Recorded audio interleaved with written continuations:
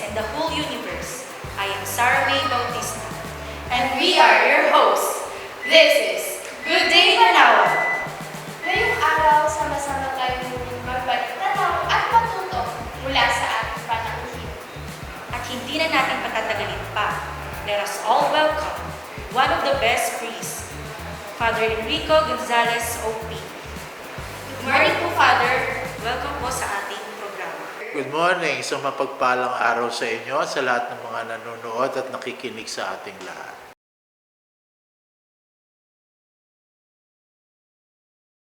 Sa ating mga Katoliko at sa lahat ng mga Kristiyano at mga hindi Kristiyano, sa buong sangkatauhan, ito ibig sabihin na hindi nakaligtaan ng Panginoon na tayo iligtas simula pa lamang na ang ating unang magulang ay magkasala. Nung tayo magkasala, meron ng balaki ng Panginoon na iligtas tayo at nagsimula na ang kasaysayan ng kaligtasan. At hindi ito ginawa na isang iglap, kundi sa isang kasaysayan na sumusubaybay sa kasaysayan ng sangkatauhan. Hindi ito ginawa ng isang Diyos na parang isang magic, abracadabra, niligtas tayo, pagkatapos natulog na ang Diyos, bahala na kayo sa inyong sarili. Kung hindi, magmula noon hanggang ngayon, ang kaligtasang yan ay ginagampanan pa ng Diyos. Kaya nga sabi natin, ang Diyos ay hindi natutulog. Lagi tayong inaalagaan. Magmula kahapon, ngayon, at bukas. At yan, kaligtasang yan, na pumasok sa kasaysayan, ay naging laman at dugo sa pamamagitan ng kanyang anak na si Hesus Kristo. Kaya nga sa liham sa Hebreo, sinabi, Jesus is yesterday, today, and forever. Kaya yung kaligtasang yan, inihahatid ng Diyos para sa lahat, magmula pa noon hanggang ngayon, sa pag-asang tatanggapin natin, makikipagtulungan tayo sa grasya ng Diyos upang mabuo ang kaligtasan niya sa pamamagitan ng pagtanggap natin at pakikipagtulungan sa binalak ng ating Panginoon. You receive as a gift. How do you receive the gift? Yung gift, free, but it's not cheap. Hindi mo yung pinagbabaliwala, kapag binigyan ka, kapag sapagkat yung ala-alang binigay sa iyo, walang bayad, pero hindi mura.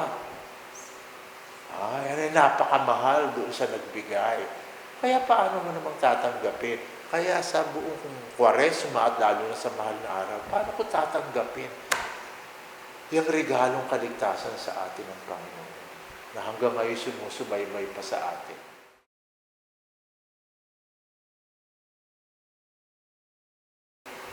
Ang dapat gawin, pangkahalatan, napagkat yung kasalanan natin, alam niyo ba ang buod ng ating kasalanan? Yung ating pagkamakasarili. Maganda pagsasalarawan ni San Bernardo dyan, Saint Bernard of Clairvaux. Yung daw kasalanan ng tao, ang tawag niya,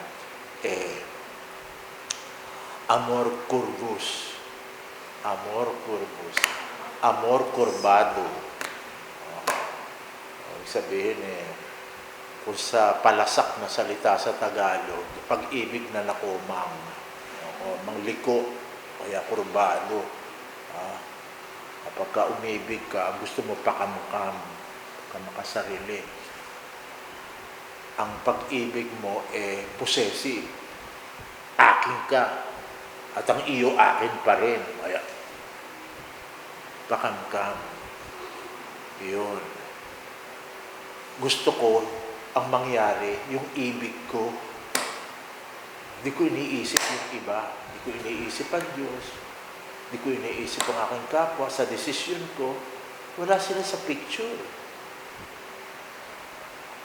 Gusto ko lang. Na walang katwiran, lagi lang ang magiging sagot mo sa mga desisyon mo, hindi ka lumalaki. You do not mature, Ako, tagal-tagal ko na sa pagpapare, kita niyo, mabuti na, mas hindi lang buko, pati kilay ko, mabuti na. Pag tatanungin mo ako, ba't kayo nagpare, Father? Basta ko lang. Sabihin niyo, Father naman, tanda-tanda niyo, ilang beses na i-times mo yung edad ko sa inyo. Hanggang ngayon, ganyan pa rin ang answer mo. Kung kayo 6 years old, baka maintindihan ko pa. Pero Diyos ko, Panginoon, sa tandaan nyo yan, yung pasagot nyo, gusto ko lang. Ganun ang nangyari sa mga pagkakasala natin. Bakit mo ginawa yan? O tatanungin ng Diyos, bakit mo ginawa yan? Gusto ko lang. You don't factor anything kasi makasarili. Makasarili. Ano gagawin mo ngayon dyan para yan ay maitumpak? Ang antidote dyan, ang pangontra dyan, yung tinatawag ni St. Bernard na amor rectus, amor derecho, amor recto. Kaya yung ating bayaning si Claro M. Recto, ganda ng pangalan, klaro na, recto pa. Yan. Kaya ngayon ang ginawa ng ating Panginoong Jesucristo. Sapagkat hindi natin magawa. Ang gagawin mo ngayon, sa halip na possessive ang pag-ibig mo, self-giving. Kaya diretso, nakalahad. Kung nasanay ka na puro gusto ko lang, ang hirap gawin yun. Matagal na proseso. Kaya nga si Kristo, binigyan tayo ng halimbawa, pinasok ang ating katauhan at siya ang gumawa. Ayun. Yun ang ating inaalala. Ang Diyos naghirap para sa atin upang sa ganon, yung nahihirapan tayong gawin, padaliin. Mahirap yun eh. Pag napakatagal ka nang nandoon sa pwestong ganyan eh. Diba? If something bad, you repetitiously do it, it becomes your vice and a second nature. Ang hirap itumpak. If something good is what you repeat all the time, it becomes your second nature. Ngayon, yung self-giving, is it our second nature na? Yun ang original natin eh. Original state. Nilikha tayo ng Diyos na kamukha niya. At ang Diyos, self-giving. Love eh. And love is self-giving. It's not self-seeking. Self-giving. Ang original na plan, kamukha tayo ng Diyos. Pinili ba naman yung self-seeking? Kaya ngayon, ang ginawa ng Diyos, ibalik.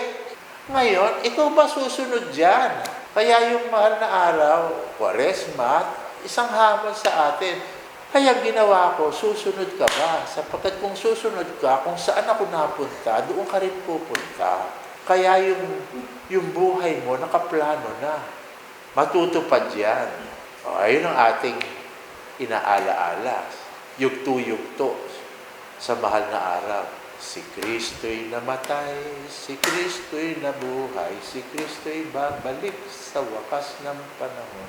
Alam mo na kung ano mangyayari sa iyo, alam ko na mangyayari sa akin kung susundan ko si Kristo.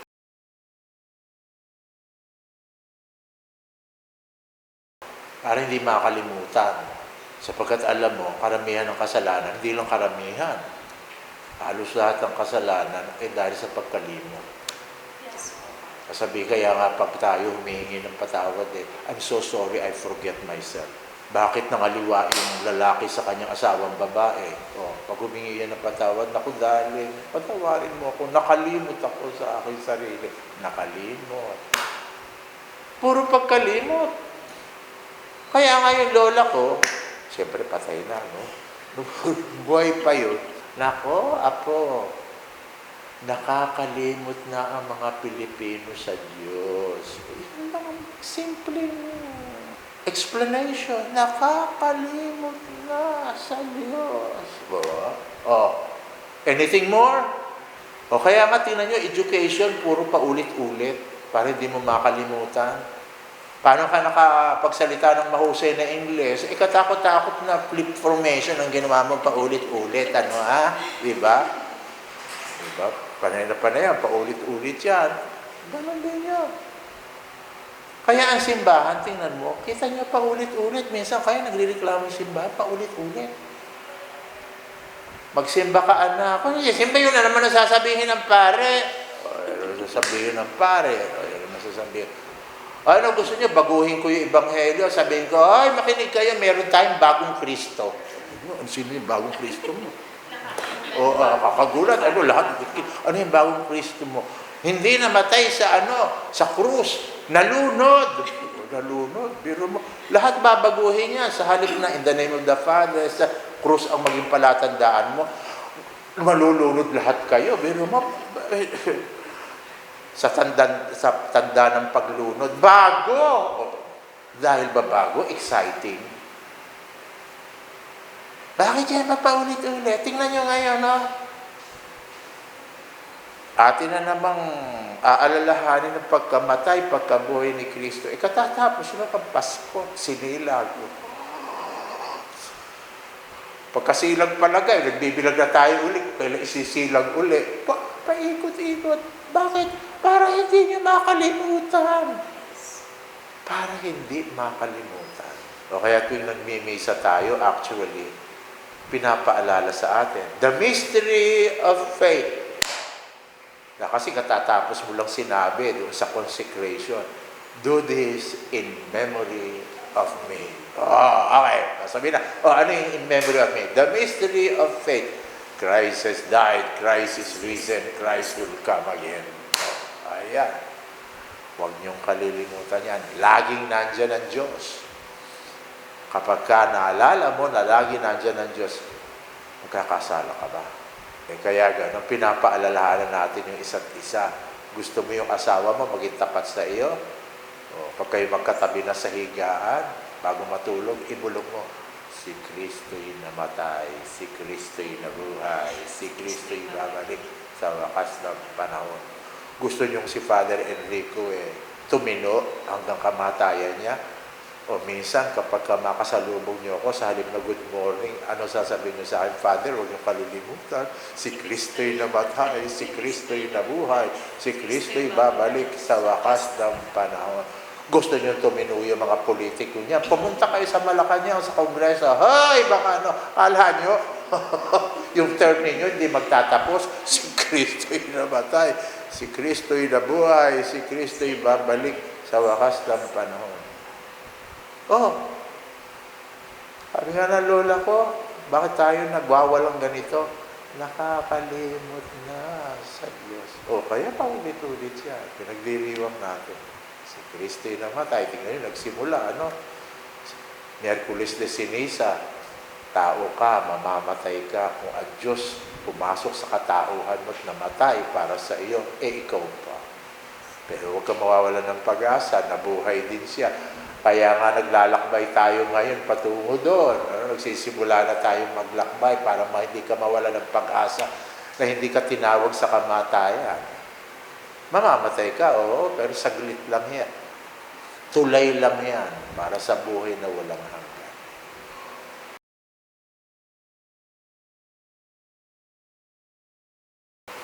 Di makipagtulungan sa grasya ng Diyos. Sumunod kay Kristo. Ano yung pagsunod kay Kristo? Paano yung pakikipagtulungan? Paano mo tutulungan niya? Sabi ko nga, yung mabubuting bagay, gawin mong likas.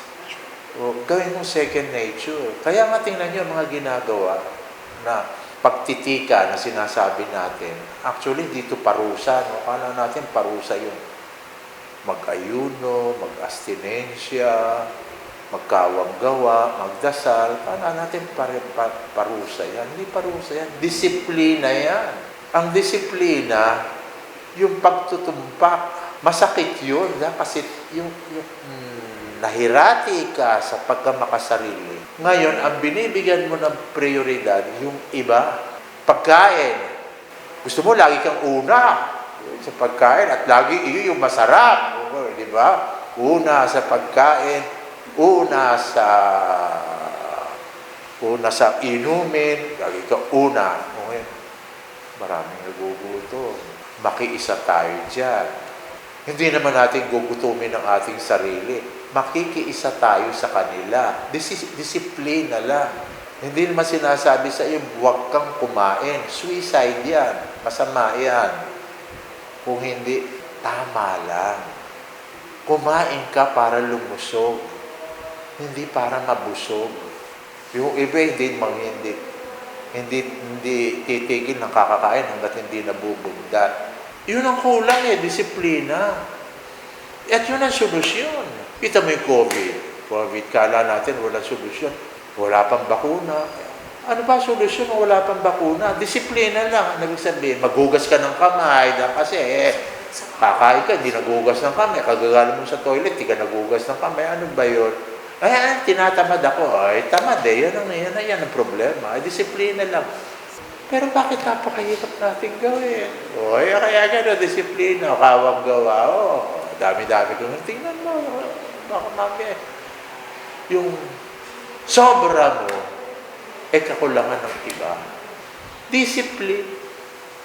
Pag may disiplina, madadali tayo magkaisa. Walang bagay na hindi nasosolve ng disiplina. Making a good deed our second nature.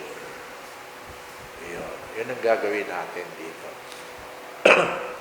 Kapag we are self-giving, kamukha tayo ng Diyos. Pag tayo kamukha ng Diyos, ang buhay natin kamukha niya. May hirap, may ginhawa, may kalwalhatian. Kaya katulad ni Kristo, pwede nating kantahin kasama si Kristo. Kami ay namatay, kami ay nabuhay, kami ay babalik sa wakas ng panahon. Huwag niyong kalilimutan. Maraming salamat po ulit, Father. Maraming salamat po, Father. That's it for today. So maraming salamat po, Father Enrico. And sa ating mga taga-subaybay na maraming kayong napulot na mga aral. And isa nga dyan, si Sarah na sa pagdiriwang ng mahal na araw, huwag na po natin kalilimutan ang ating Panginoon Diyos. Tama ka dyan, Sis Aji.